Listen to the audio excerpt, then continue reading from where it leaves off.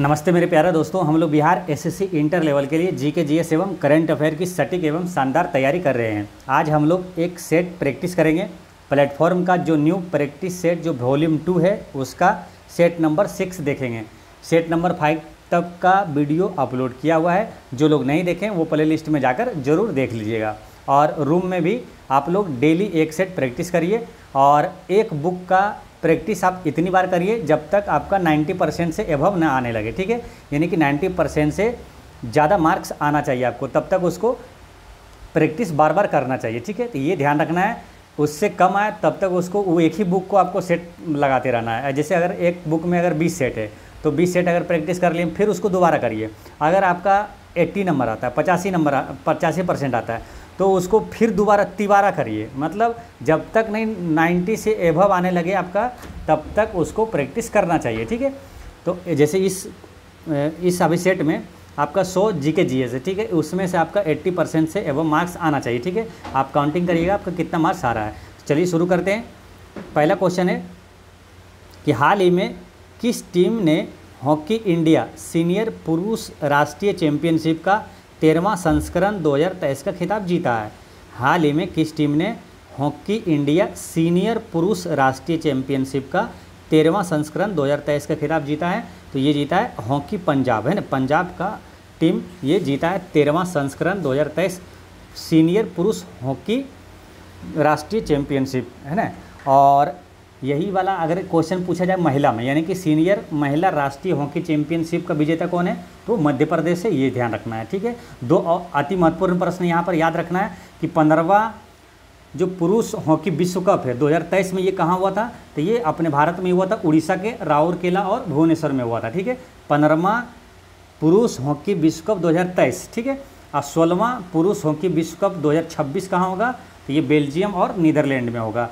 Next question है कि दिसंबर 2023 में भारत सरकार और एशियाई विकास बैंक, है ना, एशियन डेवलपमेंट बैंक ने किस राज्य में सड़कों की कनेक्टिविटी और लचीलेपन में सुधार के लिए 175 मिलियन अमेरिकी डॉलर के ऋण पर हस्ताक्षर किया है?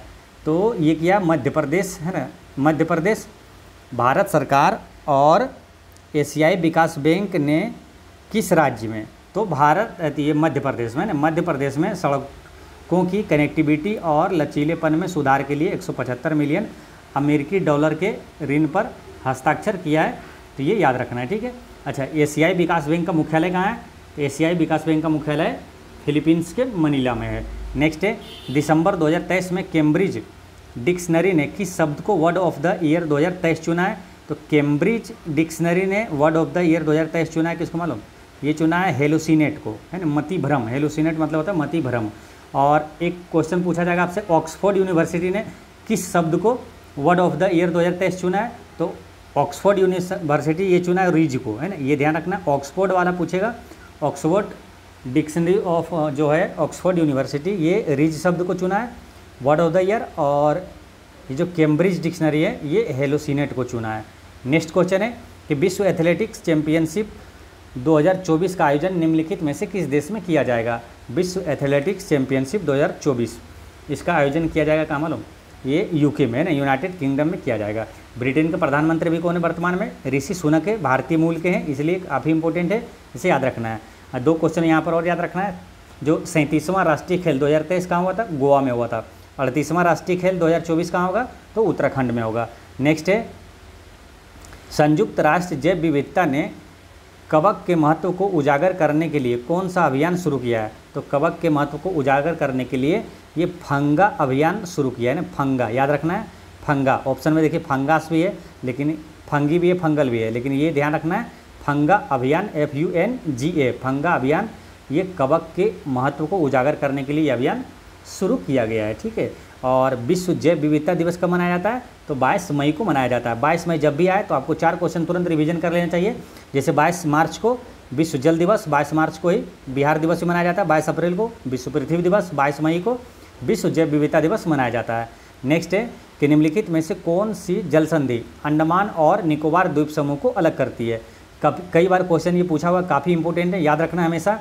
ये क्वेश्चन रिपीट होते रहता है, यानी कि कभी इस एग्जाम में बार बार क्वेश्चन ये पूछा जाता है ना। तो ये 10 डिग्री चैनल है, 10 डिग्री जल संधि है जो अंडमान और निकोबार समूह को अलग करती है। इसका आंसर हो गया ऑप्शन नंबर डी। अच्छा, 8 डिग्री चैनल किसको अलग करती है? मालदीव और मिनिकॉय को। 8 डिग्री मालदीव और मिनिकॉय को अलग करती है। और 9 डिग्री चैनल ये कावारती को मिनिकॉय से अलग करती है। नेक्स्ट क्वेश्चन है, निम्नलिखित में से किस भारतीय राज्य की कोई तटरेखा नहीं है? तो कौन सी भारतीय राज्य जिसका कोई तटरेखा यानी समुद्र तटरेखा नहीं है? तो बिहार में कोई भी नहीं है ना, बिहार का कोई भी समुद्र तटरेखा नहीं है। बाकी गुजरात, पश्चिम बंगाल और आंध्र प्रदेश का है। अब यहाँ पर कुछ क्वेश्चन यहाँ इंपॉर्टेंट पूछा जाता है मालूम, जैसे कि आपसे पूछा जाएगा कि भारत में कुल कितने तटीय राज्य है, यानी समुद्री सीमा से लगा हुआ है तो 9 राज्य है, ठीक है। अब यहाँ से ये भी क्वेश्चन पूछा जाता है कि पश्चिमी समुद्र तट से लगे हुए कौन सा राज्य है, और पूर्वी वाला ऑप्शन में दे देगा। तो आपको याद रखना है पश्चिमी में कौन कौन सा है और पूरब में कौन कौन सा राज्य जो कि समुद्र तट से लगता है, और कौन कौन सा राज्य जो है समुद्र तट से लगता है, ये भी याद रखना है। यानी कि ये क्वेश्चन दे देगा कि कौन सा राज्य यानी समुद्र तट से नहीं लगा हुआ है, जैसे यहाँ पूछा है उसी तरह पूछेगा। तो इसको ऐसे समझिए, देखिए ये हो गया अपना भारत का मैप हो जाएगा ये, ठीक है। अब ये हो गया क्या, पूर्वी साइड हो गया है ना, ईस्ट हो गया ये, और ये हो गया वेस्ट है ना, पश्चिमी साइड। तो पश्चिमी तट से जो लगा है इसमें लगा है कौन सा मानो, ये गुजरात है, एक गोवा है, ठीक है। गुजरात, गोवा, गुजरात यहाँ महाराष्ट्र आ जाएगा ना, महाराष्ट्र फिर गोवा, फिर आ जाएगा आपका कर्नाटक और केरल, ठीक है। तो यहाँ पर क्या क्या है देखिए, गुजरात, महाराष्ट्र, गोवा और गुजरात, महाराष्ट्र, गोवा हो गया, फिर है कर्नाटक और केरल, कर्नाटक और केरल, ठीक है। इसे याद कैसे रख लेना, देखिए 5 राज्य इधर हो गया और 4 राज्य इधर रहेगा, ठीक है। इसे याद कैसे रख लेना, तो देखिए गुम, गो से यहाँ कर लीजिए गया, ठीक है। गुम, गया, केक, ये ट्रिक कर लीजिए, ये लाइन या हमेशा आपको याद रहेगा। गुम, गया, केक। गुम से हो गया गुजरात, महाराष्ट्र, गया से हो गया गोवा, ठीक है। केक से केरल और कर्नाटक है ना, ये 5 राज्य हो गया जो कि पश्चिमी तट में ये समुद्री तट से सीमा, ये रेखा सीमा साझा करता है, ठीक है। ये समुद्री तट से लगा हुआ है, पश्चिम में हो गया गुम, गया, केक, ये 5 राज्य हो गया। और 4 राज्य इधर है, 4 राज्य इधर कौन कौन सा है, तो इधर से है तमिलनाडु है, फिर आपका आंध्र प्रदेश है, उड़ीसा है और पश्चिम बंगाल है, ठीक है, पश्चिम बंगाल है। तो इसमें याद कैसे रखना है, इसको याद रखें कैसे मानो कि तुम्हारी, ऐसे याद रख लीजिएगा इसको। देखिए इसमें क्या है, तमिलनाडु, पहले ऐसे समझिए, तमिलनाडु, पश्चिम बंगाल, आंध्र प्रदेश और उड़ीसा, ठीक है। इसको ट्रिक बना लीजिए इसे, तुम्हारी पतंग अंधेरे में उड़ी, तुम्हारी पतंग, तुम्हारी से हो जाएगा तमिलनाडु, पतंग से पश्चिम बंगाल, अंधेरे से आंध्र प्रदेश और उड़ी से उड़ीसा, है ना। तुम्हारी पतंग अंधेरे में उड़ी, ठीक है। इसको आप लिख लीजिएगा, तुम्हारी पतंग अंधेरे में उड़ी, तुम्हारी से हो जाएगा तमिलनाडु, पतंग से पश्चिम बंगाल, अंधेरे यानी आंध्र प्रदेश, उड़ी यानी उड़ीसा। ये 4 राज्य इधर हो गया, 5 राज्य इधर, 4 राज्य है, ये 9 राज्य जो समुद्री तट से लगा हुआ है, बस ये याद रखना है। और 2 क्वेश्चन और पूछा जाता है, सबसे लंबी तटीय रेखा वो कौन किस राज्य का है, तो गुजरात का है, सबसे छोटी गोवा का है। नेक्स्ट है, निम्नलिखित में से कौन सा राष्ट्र बिम्स्टेक संगठन का सदस्य नहीं है। काफ़ी इंपॉर्टेंट क्वेश्चन है, कतई जहर प्रश्न है। ये क्वेश्चन पूछा गया बिहार एसएससी सीजीएल 2022 में भी, ठीक है ना। कौन सा इसमें बिम्स्टेक का सदस्य नहीं है, ठीक है। तो ये याद रखना है, इसमें से है नहीं कौन सा, मालदीव, इसमें मालदीव नहीं है, ठीक है, मालदीव इसमें नहीं है। और इसको याद रख लेना आपको कौन कौन सा है, ठीक है। यहाँ पर लिखते हैं बिम्स्टेक है, BIMSTEC, ठीक है। अब इसी से यहाँ से याद रख लेना है, इसे कितने 7 देश है टोटल जो कि बिम्स्टेक का सदस्य देश है। कौन कौन सा, यहाँ से याद रख लीजिएगा, बांग्लादेश, इंडिया, है ना, ऐसे रिलेट करके याद रखना है, हालांकि इसका फुल फॉर्म अलग है। बांग्लादेश, इंडिया और म्यांमार, श्रीलंका, ये 4 देश हो गया। Bangladesh, India, Myanmar, Sri Lanka. T से याद रखिएगा थाईलैंड, ये 5 देश हो गया।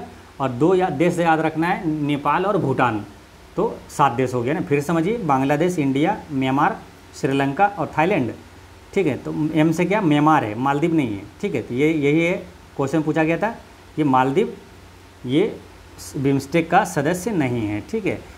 तो ये याद रखना है।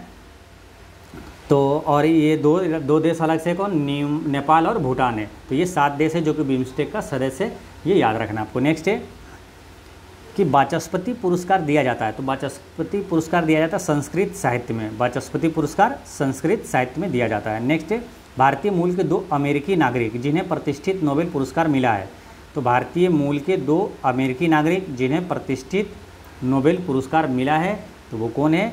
हरगोविंद खुराना और सुब्रमण्यम चंद्रशेखर। हरगोविंद खुराना को 1968 में चिकित्सा के क्षेत्र में नोबेल पुरस्कार मिला था, और जो एस चंद्रशेखर है इनको 1983 में फिजिक्स में नोबेल पुरस्कार मिला है। ठीक है, नोबेल पुरस्कार अभी करंट में किसको किसको मिला है तो आपको याद रखना है। अभी जो सुबह में वीडियो अपलोड किया जाता है ना, डिटेल में डिस्कशन के साथ जीके जीएस का, वो प्ले लिस्ट में जाकर देखिएगा। कई बार नोबेल पुरस्कार किसको किसको मिला है अभी करंट में बताया हुआ है, वहाँ पर एक ज़रूर देखिएगा। ठीक है, नेक्स्ट है कि माधव निदान पुस्तक संबंधित है, तो माधव निदान पुस्तक संबंधित है रोग विज्ञान से, ना, रोग विज्ञान से संबंधित है माधव निदान पुस्तक। नेक्स्ट क्वेश्चन है 2011 में किस नए देश की स्थापना हुई? तो 2011 में नया देश की स्थापना हुआ था, वो कौन सा है? वो दक्षिण सूडान है। ठीक है, दक्षिण सूडान से और भी एक प्रश्न आता है, कौन सा?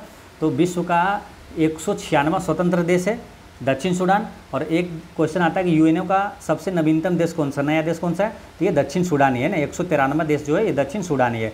दक्षिण सूडान की राजधानी भी पूछा जाता है, तो दक्षिण सूडान की राजधानी है जूबा। ठीक है, याद रखना दक्षिण सूडान की राजधानी है जूबा। अब ऑप्शन में कन्फ्यूजन में रहेगा एक सूबा भी, ठीक है, तो ये ध्यान रखना, इसमें कन्फ्यूजन नहीं होना। तो इसको कन्फ्यूजन ना हो तो इसको याद कैसे रखना, अब जैसे आ जाएगा तो दिमाग में तुरंत उसमें आएगा अगर दक्षिण सूडान की राजधानी क्या है, जूबा है या तो सूबा है।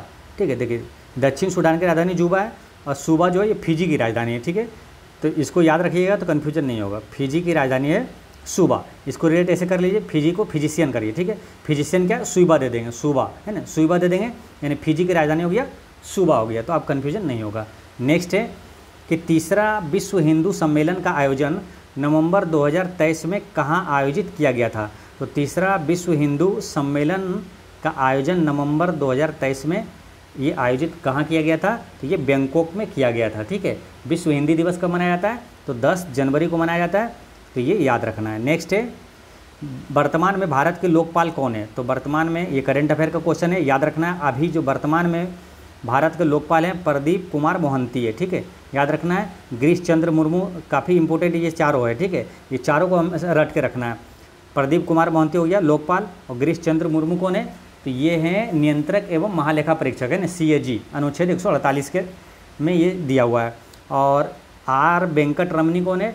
तो ये अटॉर्नी जनरल ऑफ इंडिया, जिसे महान्यायवादी कहा जाता है। तो महाभारत का महान्यायवादी अभी R वेंकट रमनी है। DY चंद्रचूड़ कौन है? तो भारत का भी मुख्य न्यायाधीश है, यानी कि सुप्रीम कोर्ट का मुख्य न्यायाधीश DY चंद्रचूड़ है। तो ये सभी याद रखना है।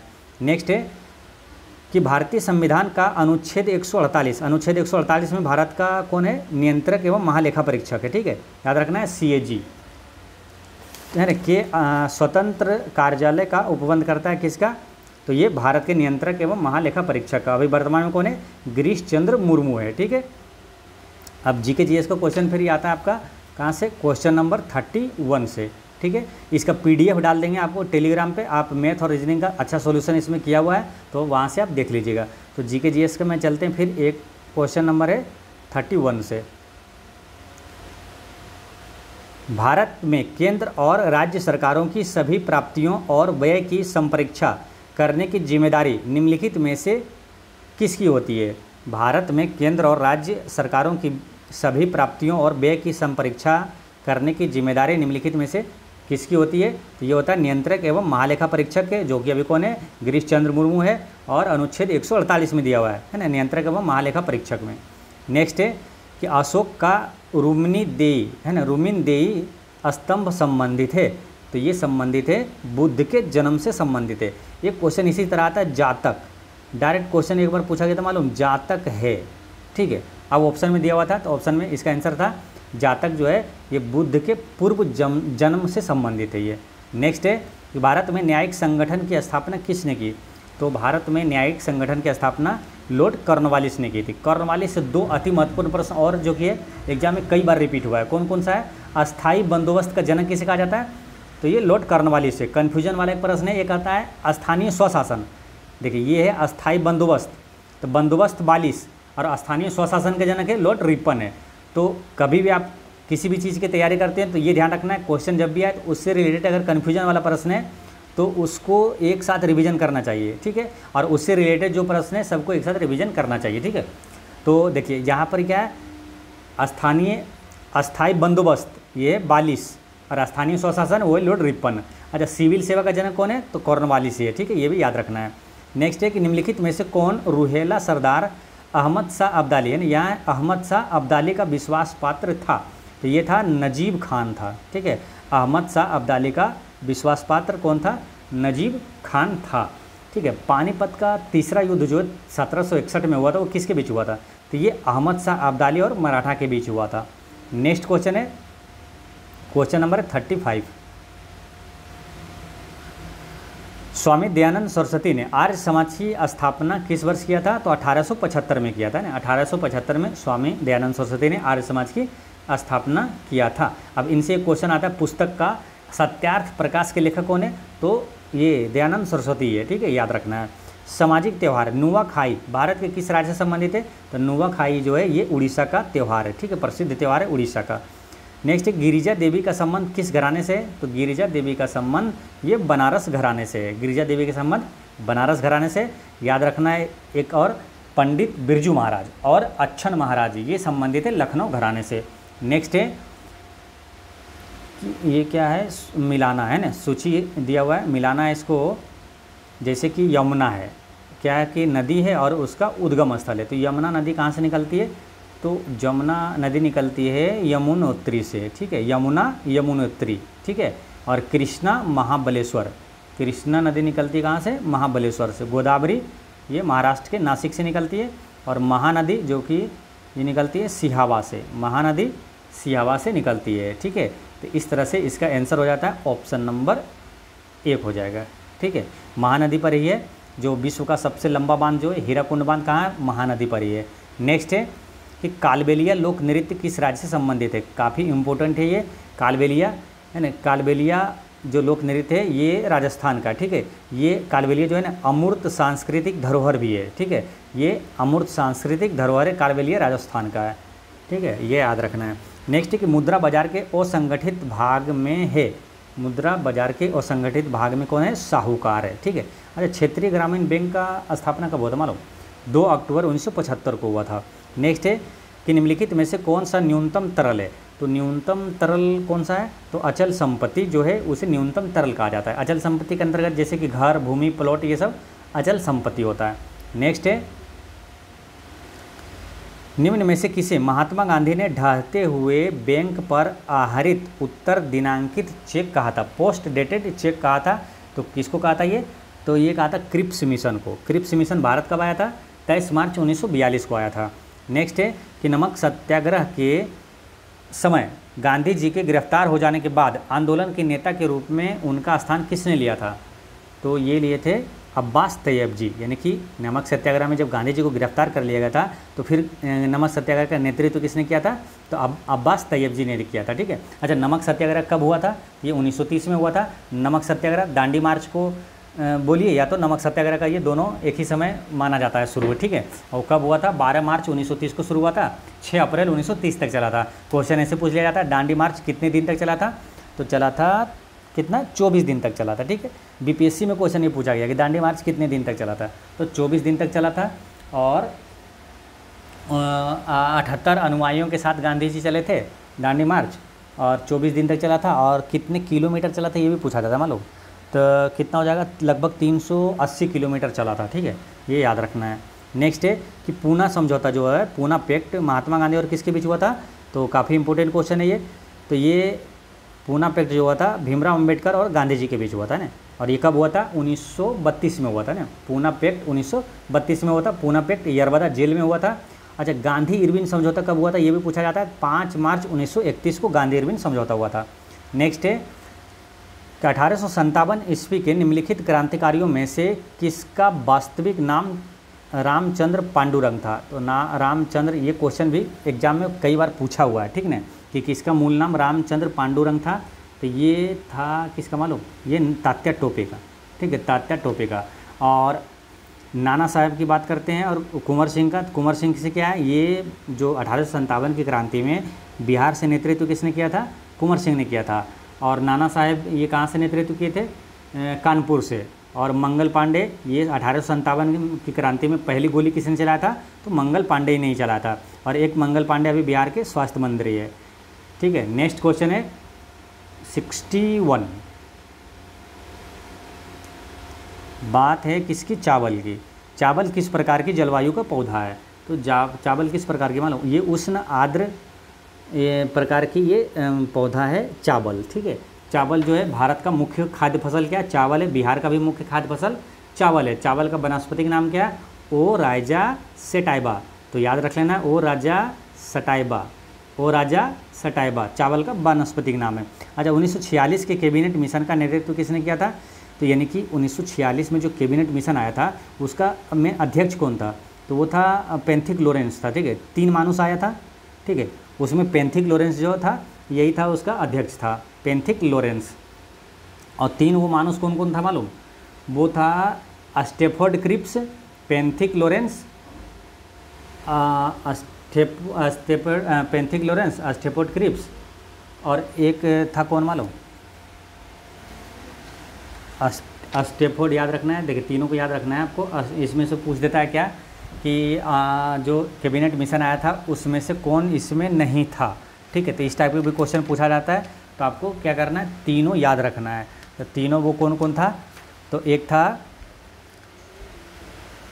एलेक्जेंडर थी था AB एलेक्जेंडर, और स्टेफर्ड क्रिप्स और पेंथिक लॉरेंस, जिसमें पेंथिक लॉरेंस जो है ये अध्यक्ष था। ठीक है, तो ये याद रखना है। नेक्स्ट क्वेश्चन है कि मिनर्वा मिल्स वो अन्य बनाम भारतीय सरकार विवाद में उच्चतम न्यायालय के निर्णय के बाद मूल अधिकार एवं निदेशक तत्वों के महत्व के संबंध में क्या स्थिति है? ठीक है, एक बार फिर से समझिए।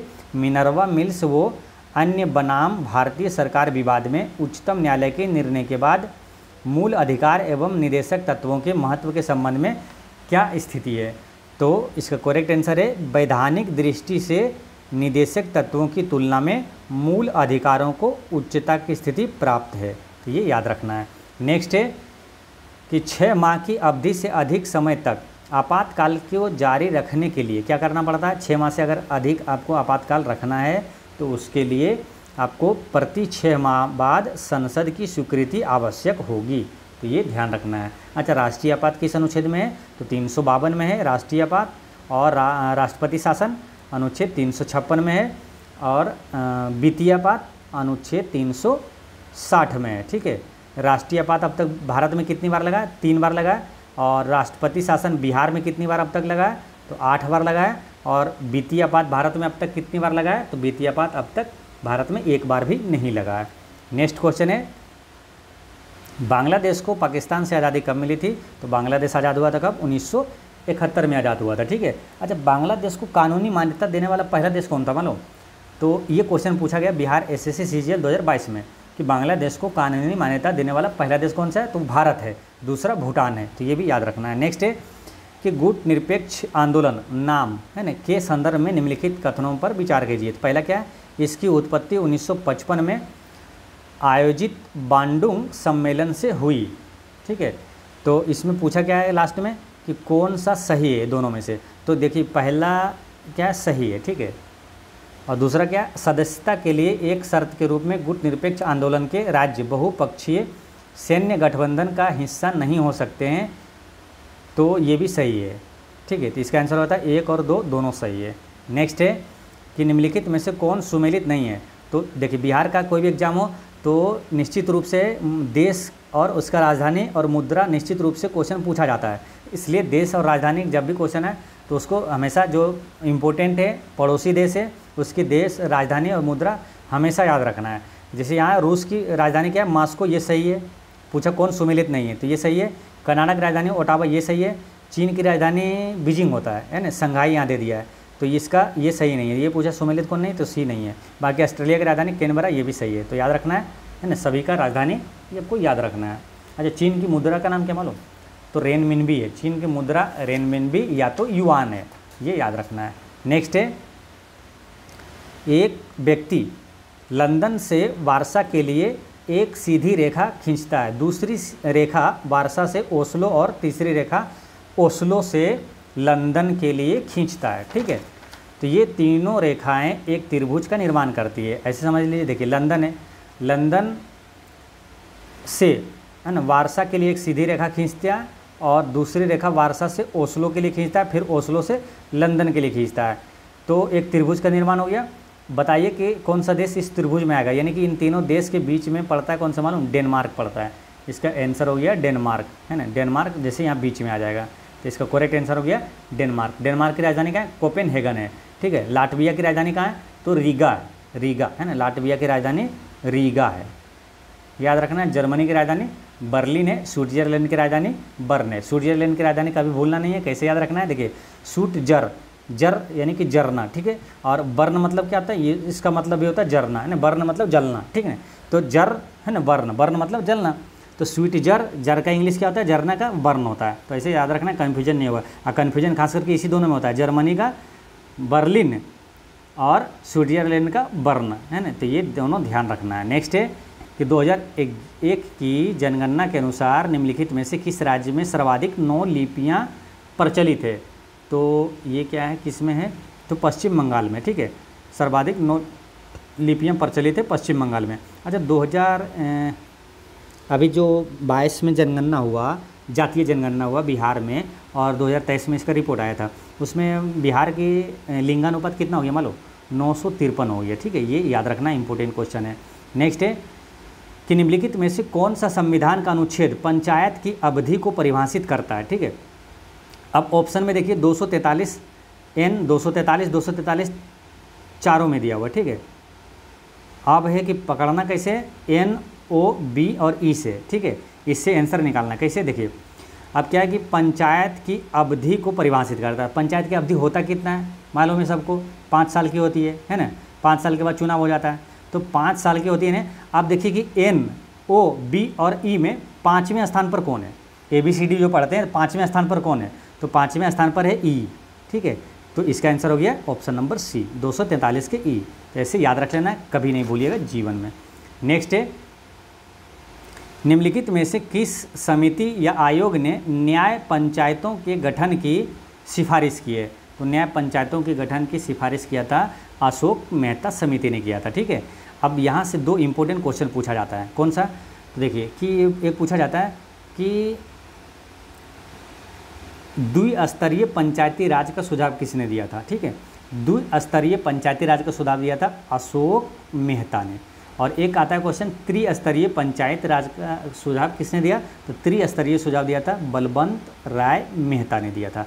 अब ये दोनों व्यक्ति है, और इसमें कन्फ्यूजन ना हो तो ऐसे याद कैसे रखना है, देखिए द्विस्तरीय में 2 शब्द रहेगा नाम में, अशोक मेहता, त्रिस्तरीय में 3 शब्द रहेगा, बलवंत राय मेहता, तो ऐसे याद रख लेना। ठीक है, पंचायती राज से कई क्वेश्चन है बिहार के एग्जाम में पूछा जाता है, तो उसको याद रखना है ना। यहाँ पर कुछ रिवीजन करवा देते हैं, जैसे कि पंचायती राज व्यवस्था जो है ये किस संविधान संशोधन के तहत पंचायती राज व्यवस्था को ये संवैधानिक दर्जा दिया गया है, तो 73वां संविधान संशोधन के तहत पंचायती राज को संवैधानिक दर्जा दिया गया 73वां संविधान संशोधन के तहत। और नगर पालिका को संवैधानिक दर्जा दिया गया 74वां। देखिए जब भी आप पढ़िएगा ना नगर पालिका तो अति पंचायत, तो नगर पालिका भी साथ में रिवीजन करना है, क्योंकि ये साथ साथ हुआ था, तो कन्फ्यूजन भी नहीं होगा और याद भी रह जाएगा। जैसे पंचायती राज व्यवस्था जो है 73वां संविधान संशोधन के तहत, नगर पालिका 74वां संविधान संशोधन के तहत लागू हुआ, दोनों लागू हुआ था 1993 में। ठीक है, ये भी याद रखना है। और पंचायती राज केवीं अनुसूची में, 11वीं अनुसूची में, और नगर पालिका 12वीं अनुसूची में है। पंचायती राज जो है किस भाग में, तो भाग 9 में है, और नगर पालिका भाग 9 के A में है। ठीक है, तो ये सारे अति महत्वपूर्ण प्रश्न है, इसे याद रखना है। नेक्स्ट है, नीति आयोग के विषय में निम्नलिखित में से कौन सा एक सही नहीं है, तो नीति आयोग के देखते हैं ऑप्शन, है ना, ये ऑप्शन से ही पता करेंगे कौन सही नहीं है। इसका गठन योजना आयोग के स्थान पे हुआ, ये सही है ना, योजना आयोग का नाम बदलकर अब क्या नीति आयोग कर दिया गया 2015 में। ठीक है, और इसमें एक पूर्णकालिक अध्यक्ष होता है, ये गलत है, पूर्णकालिक अध्यक्ष इसमें नहीं होता। ठीक है, तो इसका यही गलत है। फिर है कि इसका गठन जनवरी 2015 में हुआ था, ये सही है ना, 1 जनवरी 2015 को नीति आयोग का गठन हुआ था। यह सहकारी संघवाद के सिद्धांत पर आधारित है, ये भी सही है। तो इसका आंसर क्या हो जाएगा, ऑप्शन नंबर बी हो जाता है। ठीक है, नेक्स्ट है निम्नलिखित में से कौन सा कार्यक्रम रोजगार से संबंधित नहीं है। तो रोजगार से संबंधित इसमें से कौन नहीं है मालूम, ये RMSA जो है ये रोजगार से संबंधित नहीं है, ये है राष्ट्रीय माध्यमिक शिक्षा अभियान है ये। ठीक है, रोजगार से संबंधित नहीं है। बाकी ये मनरेगा और NRLM और स्टेप ये रोजगार से संबंधित है। अच्छा, ये मनरेगा के बारे में पूछा जाता है डायरेक्ट कि कब इसका शुरुआत हुआ था। तो ठीक है, इससे पहले जानिए नरेगा की शुरुआत कब हुआ। नरेगा की शुरुआत हुआ था 2006 में और फिर इसे 2009 में मनरेगा नाम इसको दे दिया गया था। ठीक है, तो ये ध्यान रखना है। नेक्स्ट है, और मनरेगा के तहत क्या है, 100 दिन की काम की गारंटी इसमें दिया जाता है। नेक्स्ट है कि निम्नलिखित में से कौन सी पुस्तक रोमन लेखक वरिष्ठ प्लिनी द्वारा लिखी गई है। अच्छा, तो प्लिनी ये काफ़ी इंपॉर्टेंट क्वेश्चन है, ये एग्जाम में कई बार पूछा गया। ठीक है, तो इसका नेचुरल हिस्ट्री के लेखक है प्लिनी। ठीक है, नेचुरल हिस्ट्री के लेखक है प्लिनी है, ये याद रखना है। नेक्स्ट क्वेश्चन है 75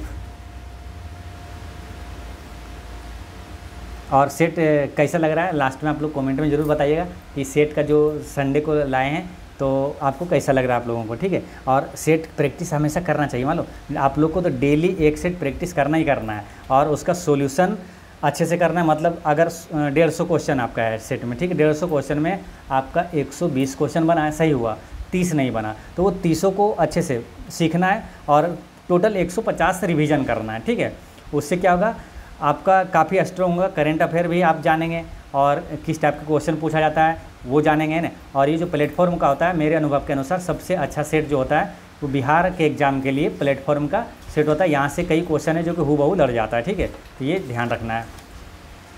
तो ये क्वेश्चन है कि कौन सा अधिनियम प्रतिनिधित्व लोकतंत्र को भागीदारी लोकतंत्र में बदलता है, जिससे ज़मीनी स्तर पर लोकतांत्रिक संस्थाओं के विकास में एक महत्वपूर्ण कदम माना जाता है। तो इसका करेक्ट आंसर है ऑप्शन नंबर डी, है ना, 73वां संविधान संशोधन अधिनियम। 73वां संविधान संशोधन अधिनियम किससे संबंधित है, पंचायती राज से है। 74वां वो नगरपालिका से है। ठीक है, और एक चीज़ और बताते हैं कि आप इसमें मालूम प्रैक्टिस सेट जो है एडुटेरिया का और प्लेटफॉर्म का वॉल्यूम 1 ये पूरा सेट है ना आपका कराया हुआ है। आप प्ले लिस्ट में जाकर देख सकते हैं, पूरा सेट किया हुआ है। ठीक है, नेक्स्ट है, अब क्वेश्चन नंबर चलते हैं जीके जीएस का आएगा 91 से।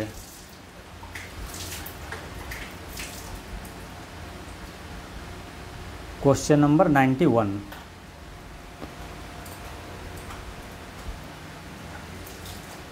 में पूछा गया कि जफर खां दिल्ली सल्तनत के निम्नलिखित में से किस शासक का प्रधान सेनापति था। तो ये जफर खान जो था ना, ये अलाउद्दीन खिलजी का सेनापति था। अलाउद्दीन खिलजी का कार्यकाल था 1296 से 1316 ईस्वी तक था। नेक्स्ट है कि भारत में किस वर्ष में प्रस्तुत किया गया जो बजट है को काला बजट कहा गया। तो किस वर्ष जो बजट प्रस्तुत किया गया था उसको काला बजट कहा गया था। तो ये 1973-74 के बजट को काला बजट कहा गया था। अच्छा, स्वतंत्र भारत का पहला बजट ये किसने पेश किया था। तो सन्मुख शेट्टी ने किया था। स्वतंत्र भारत का मतलब 1947 के बाद। और एक आता है गणतंत्र भारत का, यानी 1950 की बात हो रही है ना। गणतंत्र भारत का पहला बजट कौन पेश किया था, तो जॉन मथाई ने किया था।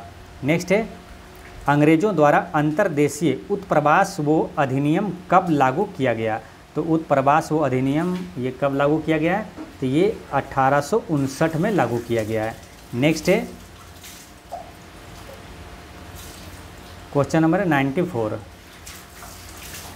ठीक है, लॉर्ड कैनिंग का कार्यकाल कितना है वो भी याद रखना है आपको। 1856 से 62 है। लॉर्ड कैनिंग के समय में ही 1856 में विधवा पुनर्विवाह अधिनियम लागू हुआ था।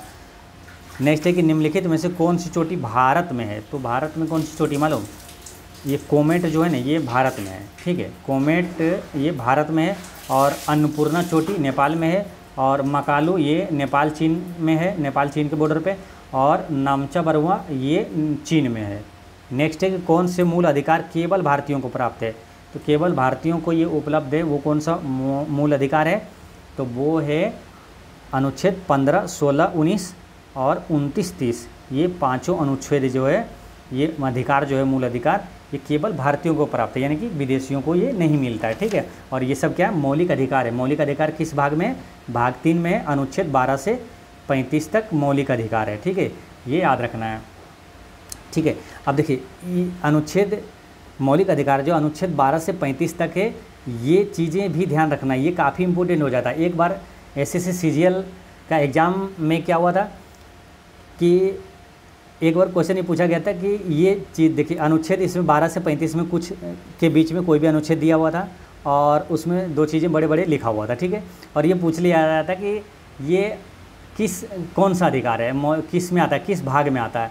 बस हमको इतना मालूम था कि अनुच्छेद 52 से 35 के अंतर्गत मौलिक अधिकार आता है, तो उसका आंसर क्या हुआ, भाग 3 हो गया था, है ना। भाग 3 हो जाता है, मौलिक अधिकार के अंतर्गत आता है, तो इसलिए इतना से इतना मौलिक अधिकार के अंतर्गत आता है, ये भी काफ़ी काम कर जाता है, तो याद रखना है इसको, ठीक है। अच्छा, अनुच्छेद 15 में क्या है, तो अनुच्छेद 15 में क्या है, ये धर्म, जाति और लिंग पर जो भेदभाव होता है उस पर प्रतिबंध है, उसका प्रतिषेध है। और अनुच्छेद 16 में क्या, अवसर की समानता, 16 में अवसर की समानता। और अनुच्छेद 19 में क्या है, बोलने की स्वतंत्रता है, वाक्य स्वतंत्रता का अधिकार है। और अनुच्छेद 29 में क्या है, अल्पसंख्यक वर्गों के हितों का संरक्षण है। अनुच्छेद 30 में क्या है, शिक्षण संस्थान जो होता है की स्थापना और प्रशासन करने का अल्पसंख्यक वर्गों का अधिकार है, ठीक है, तो ये याद रखना है। नेक्स्ट क्वेश्चन है, निम्नलिखित में से कौन सा सत्य है, तो पहला क्या है, COP28 को नई दिल्ली भारत में आयोजित करने का प्रस्ताव है। COP20 यानी कि ये संयुक्त राष्ट्र जो जलवायु परिवर्तन होता है उसकी बात हो रही है ना, कॉन्फ्रेंस ऑफ पार्टीज़। तो ये जो है COP28 ये नई दिल्ली में आयोजित होने का प्रस्ताव है, तो ये क्या है, ये तो गलत है, क्योंकि COP28 कहाँ होगा मालूम, ये संयुक्त अरब अमीरात के दुबई में होगा, ठीक है, तो पहला तो गलत हो जाता है। और दूसरा क्या है, पहला संयुक्त राष्ट्र जलवायु परिवर्तन सम्मेलन 1995 में हुआ था, ये सही है, ठीक है, ये पहला गलत हो जाता है।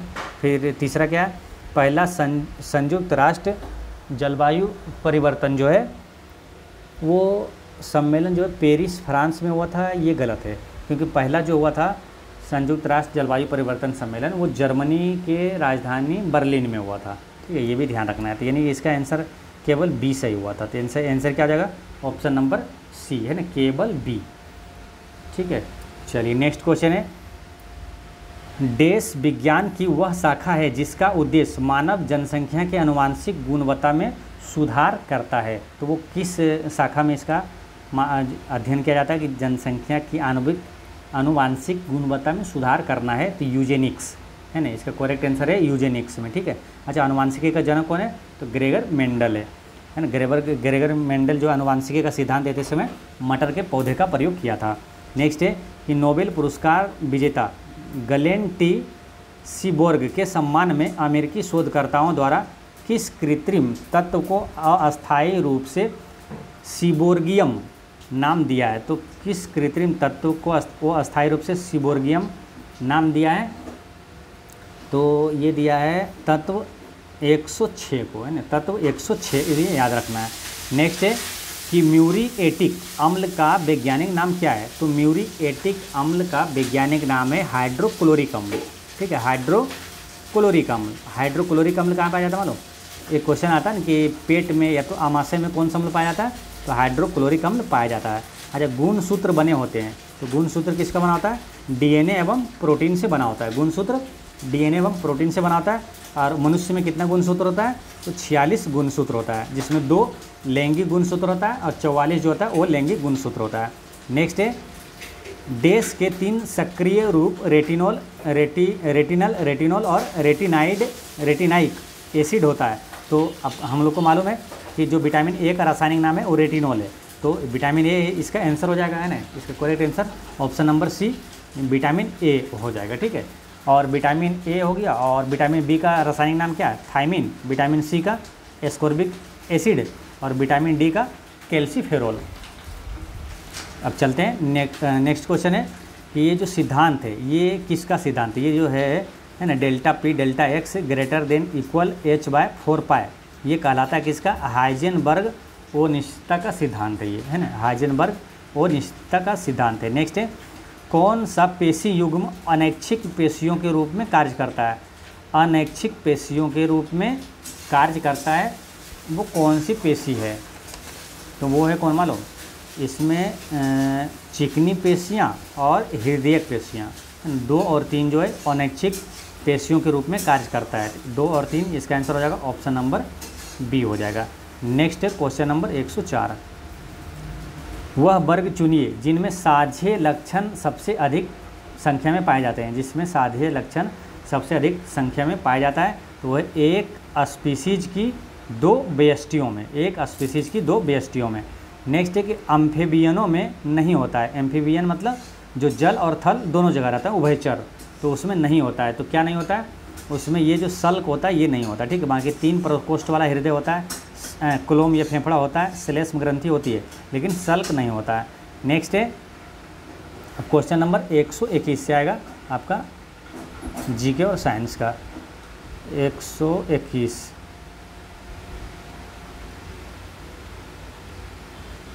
निम्नलिखित में से किसकी कमी से वर्णांधता और कमज़ोर दृष्टि की समस्या उत्पन्न होती है। यानी कि आँखों की जो कमजोरी होती है, या तो एक रतौंधी पूछा जाता है ना, वर्णांधता, ये विटामिन ए की कमी से होता है, विटामिन ए के कमी से होता है। अच्छा, विटामिन सी की कमी से क्या होता है, स्कर्वी रोग होता है। विटामिन के की कमी से क्या हो जाता है, तो विटामिन के की कमी से वो क्या होता है, रक्त का थक्का नहीं बनता है ना। और विटामिन सी का कमी से हो गया स्कर्वी। विटामिन डी के कमी से बेरी, और विटामिन बी का कमी से बेरी होता है। विटामिन डी के कमी से होता है रिकेट्स या सूखा रोग होता है। विटामिन ई के कमी से जनन क्षमता में कमी हो जाती है।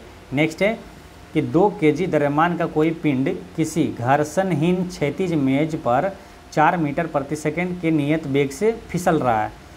इस वस्तु की इसी वेग से गति बनाए रखने के लिए आवश्यक बल होगा। तो ये आवश्यक बल कितना होगा, 0 न्यूटन होगा। बल बराबर क्या सूत्र होता है, याद रखना है ना, द्रव्यमान गुना त्वरण होता है, ठीक है। वेग 0 होता है तो त्वरण भी 0 हो गया। तो यहाँ पर क्या है, ये क्या बल 0 हो जाएगा ना। नेक्स्ट है कि तत्व ए बी सी डी और ई के परमाणु क्रमांक क्रमशः 9, 11, 17, 12 और 13 है। तत्वों का कौन सा युग्म समान समूह से संबंधित है। तो तत्वों का कौन सा युग्म, जब सभी को चेक करेंगे ना, इलेक्ट्रॉनिक विन्यास निकालेंगे, तो जैसे कि 9 का निकालेंगे इलेक्ट्रॉनिक विन्यास क्या हो जाएगा, 2 और 7, ठीक है। 9 का हो गया 2 और 7। फिर 17 का क्या हो जाएगा, 17 का इलेक्ट्रॉनिक विन्यास होगा 2 और 8, 10 और 7 17। तो इसमें क्या हो जाता है कि ये जो 9 और 8 17 वाला है ना, 9 और 17, 9 में क्या है ए और 17 में क्या है सी, यानी ए और सी जो है उसका इसमें क्या समान है ये पूछा जा रहा है। तो इसका जो दोनों का संयोजी इलेक्ट्रॉन है, संयोजी इलेक्ट्रॉन की संख्या 7 7 दोनों में है, ठीक है। तो ये समान है। तो किसका है, 9 और 17 वाला, यानी ए और सी का है। तो इसका करेक्ट आंसर हो जाएगा ऑप्शन नंबर सी, ए तथा सी का। नेक्स्ट है कि निम्नलिखित में से कौन सा ICANN का सही पूर्ण रूप है। तो इसका फुल फॉर्म क्या है, ICANN। तो इसका फुल फॉर्म है द इंटरनेशनल, है ना, international corporation for assigned names and numbers, ठीक है। The international corporation for assigned names and numbers, तो ये याद रखना है। नेक्स्ट है कि शक्कर के इस परिवर्तन में होता है। तो C12H22 और O11 से कार्बन डाइऑक्साइड निकलता है। तो ये क्या कहलाता है, ये ऑक्सीकरण है ना, ये परिवर्तन में क्या होता है, तो ऑक्सीकरण होता है। नेक्स्ट है यौवना आरंभ पर वृषणों का निम्नलिखित में से कौन सा कार्य नहीं होता है। तो यौवना आरंभ में वृषणों का कौन सा कार्य नहीं होता है ना, ये पूछा जा रहा है कौन सा नहीं होता है। तो इसमें से देखिए अपरा का विकास ये नहीं होता है, और एस्ट्रोजन का अस्त्राव ये नहीं होता है, ठीक है। तो इसका आंसर क्या हो जाएगा, और बाकी जो ये जन्म कोशिकाओं का निर्माण होता है, और टेस्टोस्टेरोन का अस्त्राव होता है, ठीक है। तो ये ध्यान रखना है, ये दोनों होता है, ये दोनों नहीं होगा, ठीक है। यौवना आरंभ पर वृषणों का ये कार्य, ये दोनों 3 और 4 नहीं है। तो इसका आंसर हो जाएगा option number C, correct answer इसका। नेक्स्ट है कि निम्नलिखित में से कौन से विलयन में विद्युत का चालन नहीं होता है। तो विद्युत का चालन इसमें नहीं होगा। अल्कोहल और ग्लूकोज का विलयन में विद्युत का चालन नहीं होता है। नेक्स्ट है कि गलत वाक्य चुनिए। तो गलत वाक्य को चुनना है। तो पहला क्या है कि एक कोशिकीय यूकैरियोटिक जीवों को प्रोटिस्टा के अंतर्गत रखा जाता है, ये सही है। ठीक है, व्हिटकर द्वारा कोशिका संरचना पोषण के स्रोत एवं प्रक्रिया को ध्यान में रखते हुए जीवों को 5 जगत में वर्गीकृत किया गया, ये भी सही है। मोनेरा जगत एवं प्रोटिस्टा जगत दोनों स्वपोषी तथा अथवा विषमपोषी हो सकता है, ये भी सही है। और क्या मोनेरा जगत के जीवों में सुस्पष्ट केंद्रक होता है, ये गलत है। ठीक है, इसका आंसर होता है ऑप्शन नंबर डी। नेक्स्ट है, निम्नलिखित में से कौन सा कोलाइड का गुण नहीं है? तो कोलाइड का गुण इसमें से कौन नहीं है? ठीक है, पहला क्या है, कोलाइड एक विषमांगी मिश्रण है, ये सही है। ठीक है, कोलाइड का ये गुण है।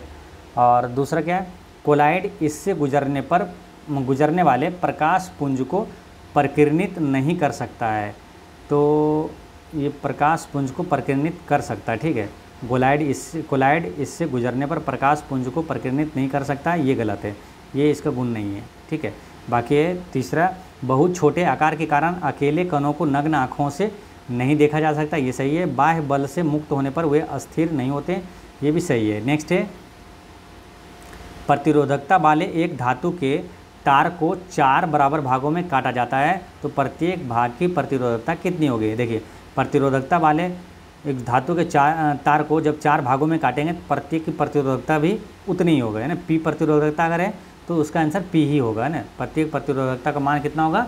तो पी ही होगा। ठीक है, तो ये याद रखना है। नेक्स्ट क्वेश्चन है 131, यदि स्प्रिंग में धारा प्रवाहित की जाती है तो स्प्रिंग क्या होगा? यदि स्प्रिंग में धारा प्रवाहित की जाती है तो स्प्रिंग संकुचित होगी।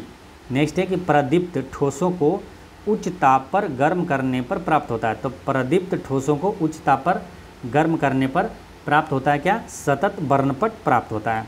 नेक्स्ट है कि पदार्थों के निम्नलिखित वर्गों में से कौन सा वर्ग में केवल ओ जैव निम्नीकरणीय वस्तुएं शामिल है? ओ जैव निम्नीकरणीय मतलब क्या होता है? जिसका आसानी से अपघटन नहीं हो। ठीक है, जैसे जैव निम्नीकरणीय किसे कहेंगे? जिसका आसानी से अपघटन हो जाए, यानी सड़ गल के वो समाप्त हो जाए। तो जैसे कि इसमें कागज़ है, ठीक है, कागज़ का क्या आसानी से अपघटन हो जाता है, तो ये क्या हो गया? जैव निम्नीकरणीय हो गया ये। तो यानी कि पूछा गया और जैव निम्नीकरणीय में शामिल को नहीं, तो ये नहीं होगा, और ऑप्शन नंबर 1 नहीं होगा। ठीक है, अब यहाँ पर देखिए घास आ गया, घास भी आसानी से अपघटन हो जाता है। ठीक है, तो ये भी नहीं होगा। और इसमें क्या, पॉलीथीन, प्रक्षालक और पीवीसी, है ना, तो ये क्या है? आसानी से अपघटन ये सब नहीं होता है। ठीक है, और प्लास्टिक, बेकेलाइट और डीडीटी ये सब अपघटन नहीं होता है। तो यानी कि ये अजैव निम्नीकरणीय ये दोनों हैं। 2 और 4 इसका करेक्ट आंसर है। 2 और 4 इस कौन सा ऑप्शन में है? ऑप्शन नंबर डी में, है ना। करेक्ट आंसर हो गया डी। नेक्स्ट है कि निम्नलिखित में से कौन ओ परद को सरल और कार्बनिक पदार्थों में निम्नीकृत कर सकता है? तो वो कर सकता है कौन? कवकीय एंजाइम। ठीक है, कौन ओ परद को सरल और कार्बनिक पदार्थों में निम्नीकृत कर सकता है? तो वो कवकीय एंजाइम कर सकता है। कवक का अध्ययन क्या कहलाता है? कवक का अध्ययन कहलाता है माइकोलॉजी, और शैवाल का अध्ययन क्या कहलाता है? फाइकोलॉजी। इसे याद रखना है, साफ काम, यानी शैवाल का अध्ययन फाइकोलॉजी और कवक का अध्ययन माइकोलॉजी, हमेशा याद रहेगा। नेक्स्ट है कि एस्बेस्टस के कारण होने वाला प्रमुख रोग है, तो एस्बेस्टस के कारण होने वाला प्रमुख रोग कौन सा है? तो वो एम्फेसेमा रोग है ना, एम्फेसेमा रोग है। ठीक है, ये क्वेश्चन नया है। ठीक है, इस टाइप के क्वेश्चन कई बार एग्जाम में पूछा गया, कई बार रिपीट होता है। कौन कौन सा रिपीट होता है आपको भी मालूम होगा, कहीं ना कहीं मिला होगा आपको। कौन कौन सा? कि जो इटाई रोग होता है किसके कारण, और मीना माता रोग होता है किसके कारण। तो आपको ये सभी क्वेश्चन याद रखना है। ठीक है, एस्बेस्टस के कारण होता है एम्फेसेमा, इटाई होता है कैडमियम के कारण, और मीना माता होता है पारा के कारण। ठीक है, इटाई कैडमियम, इटाई कैडमियम, और मीना माता पारा के कारण होता है। अब ब्लैक फुट डिजीज होता है वो आर्सेनिक के प्रदूषण से होता है ना, आर्सेनिक के कारण होता है। तो ये चारों आपको याद रखना है। ठीक है, तो दोस्तों इस तरह से क्या है, सेट नंबर 6 का जीके जीएस और करंट अफेयर का पूरा 100 क्वेश्चन होता है समाप्त। और आपका कितना सही होता है वो लिखिएगा, और मिलते हैं नेक्स्ट वीडियो में। पढ़ते रहें, मुस्कुराते रहें। जय हिंद दोस्तों।